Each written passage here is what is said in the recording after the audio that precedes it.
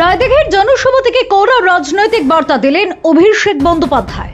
আসন্ন বিধানসভা নির্বাচনের আগে দক্ষিণ 24 পরগনার এই গুরুত্বপূর্ণ কেন্দ্রে দাঁড়িয়ে তিনি সরাসরি বিজেপিকে আক্রমণ করে বলেন, খেলা শুরু আপনারা করেছেন, শেষ আমরা করব। তৃণমূল প্রার্থী তাপস মণ্ডলের সমর্থনে আয়োজিত সভায় অভিষেক বলেন, ডায়মন্ড হারবারের মতোই রায়দিঘিকেও বুক দিয়ে আগলে রাখবেন তিনি। একই সঙ্গে তিনি অভিযোগ তোলেন, বাংলা ও বাঙালির সংস্কৃতিকে দুর্বল করতে বাইরে থেকে এসে ভয় দেখানোর চেষ্টা করছে বিজেপি।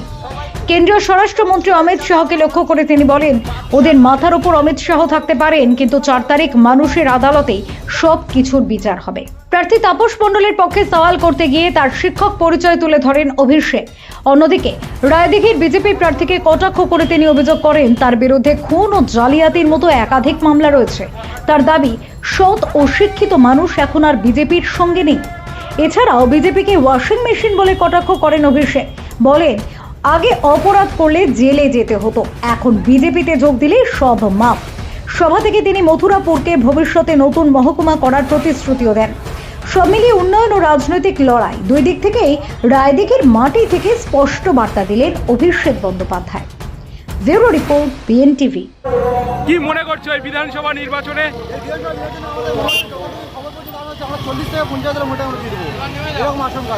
কেমন লোক দেখছেন? এই সমাগম কি এই বিধানসভা নির্বাচনে কতটা প্রভাব ফেলবে?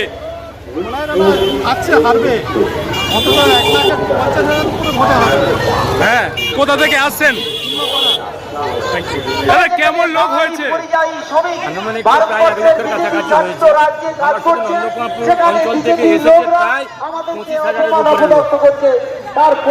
বিধানসভা নির্বাচনে জয়ের আশা করতে মিনিমাম 50,000-এর উপরে হচ্ছে। তাপস মণ্ডল হচ্ছে লিড করবে, এটা নিয়ে বিভ্রান্ত হওয়ার কোনো কারণ নেই। বিজেপি 50,000-এর বেশি ভোটে হারবে। অভিষেক ব্যানার্জি এসছে, কি বার্তা দিল? নমস্কার।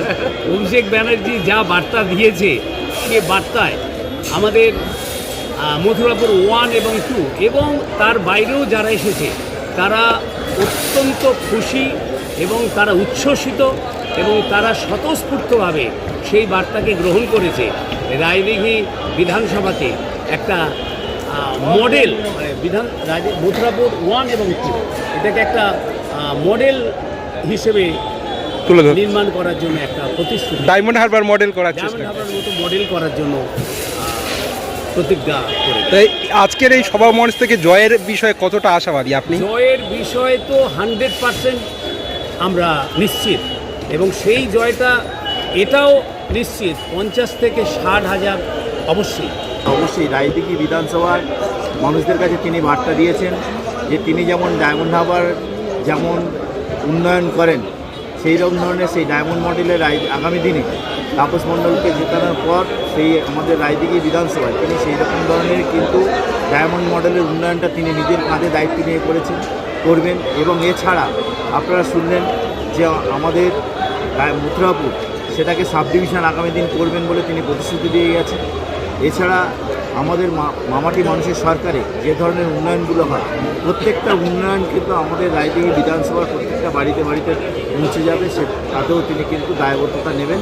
এবং সবথেকে বড় কথা, কর্মীদের উদ্দীপিত করে গেছে যে যাতে মিনিমাম 50,000 ভোটে আমাদের এই প্রার্থীকে জেতানো যায়, তার জন্য তিনি কিন্তু আমাদের নিম্নস্তরের কর্মীদের তিনি কিন্তু উদ্দীপিত করেন। নিজেরাই দেখলেন প্রায় লক্ষাধিক টপকে গিয়েছে, 1 লক্ষের বেশি মানুষ হয়েছে।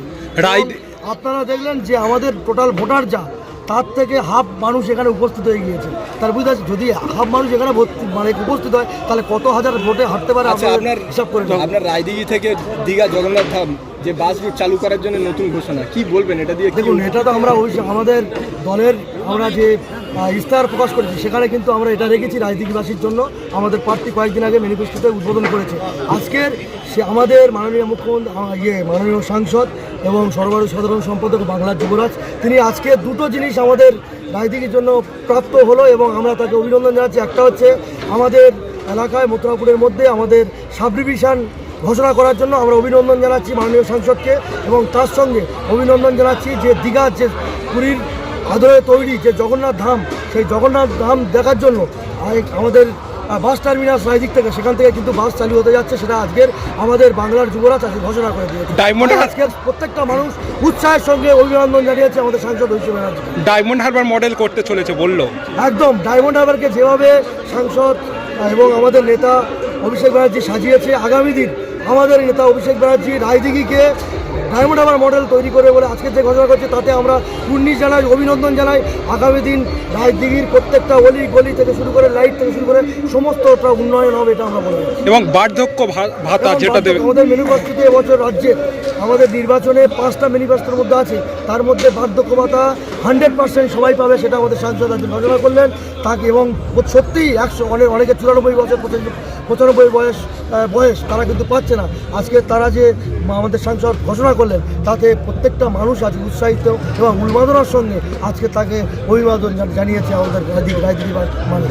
আপনার দাদা, ইতিমধ্যে অভিষেক ব্যানার্জি রায়দিঘিতে এসেছে, জনসমাগম কেমন ঘটেছিল?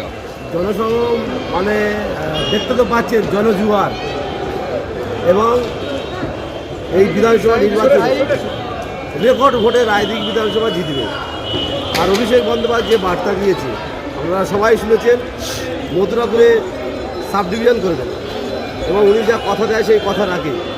তার সাথে মথুরাপুর 1 এবং 2 17টা অঞ্চলে প্রতিটা অঞ্চলে লিড হবে এবং সর্বত্র আমাদের দক্ষিণ চব্বিশ পরগনার আমাদের মথুরাপুর লোকসভা কেন্দ্রে যে 7টা বিধানসভা আছে জয় মার্জিন রেকর্ড হবে। কিন্তু বিজেপি বলছে আমরা জয়ী হব। ওদের কথা ছাড়ুন না, ওরা তো সারা বছর মানুষের পায়ে থাকে না।